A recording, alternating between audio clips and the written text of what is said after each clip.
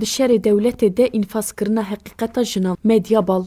Şer ne tenê pêvçûnek di navbera hêzên çekdar de ye.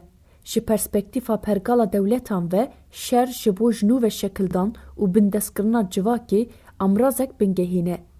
Ji ber vê yekê armanc ne tenê qadên fîzîkî ne, di heman demê de bîra civakî, nirxên exlaqî û îradeya kolektîfin jî. Jin ji ber xwezaya xwe di navenda van qadan de ne. Hebûna jinan ku jiyanê jinû ve diafrîne, civakê didomîne û îxtimala rêzgehek alternatîv hildigire, dibe hedefa şer a sereke. Sevê Demîr, Pakîze Nayir û Fatma Uyar di qedexeya derve ya Silopiyê de di çarê çileyê de ji aliyê hêzên dewletê ve hatin kuştin. Kuştina Sevê Demîr, Pakîze Nayir û Fatma Uyar li Silopiyayê nîşandana vê rastiya dîrokiya hemdeme. Kuştina Sevê Demîr, Pakîze Nayir û Fatma Uyar bi awayeke zelal nîşan dide ku stratejiya şer a ji holê rakirina tevna civakî li ser jinan tê meşandin. Kuştina wan ne tesadüf e. Ev her sê jin ne qurbaniyên şerên tesadüfî ne. Ew sembolên tundiya dewletê ne ku jinan hedef dikirin. Rastiya ku divê bûyerê de derket holê careke din nîşan dide ku şer pêşî û bi israr li dijî jinan tê meşandin. Sevê Demîr, Pakîze Nayir û Fatma Uyar xwedî pozisyonên civakî yên cuda bûn. Yek li qada siyasî, yek di têkoşîna rizgariya jinan de û yek jî li jiyana sivîl li ber xwe dida. Lê belê ji bo dewletê û perspektîfa wê ya tundiyê ev cudahî ne girîng bûn. Xala hevpar ew bû ku ew jin bûn. Ji bo zihniyeta şer a ku ji hêla dewletê û mêran ve tê birêvebirin, jin an wekî qurbaniyên pasîv tên pejirandin, an jî wekî gefek tên dîtin ku divê ji aliyê hişmendî ve bi temamî ji holê werin rakirin. Her deverek ku jin dibin xwedîdeng û hêza biryardanê dibin hedefa rasterast a milîtarîzmê.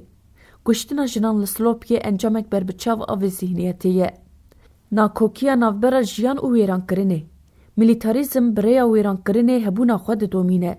Jin jî bi hebûna xwe jiyan û berdewamiya aramiyê temsîl dike. Ev her du rastî nikarin bi hev re bijîn. Ji ber vê yekê li her dere ku azadiya jinan xurt dibe, hişmendiya mêrperest şerê xwe yê li dijî wê kûrtir dike.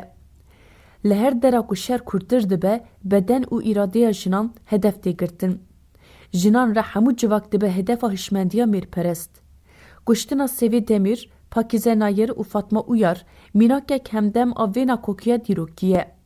Ev êrîşa li ser rastiya jinan krîza rawatiya şer jî aşkere dike. Li nav Kurdan bi hezaran kesan di rêya têkoşîna azadiyê de canê xwe dane.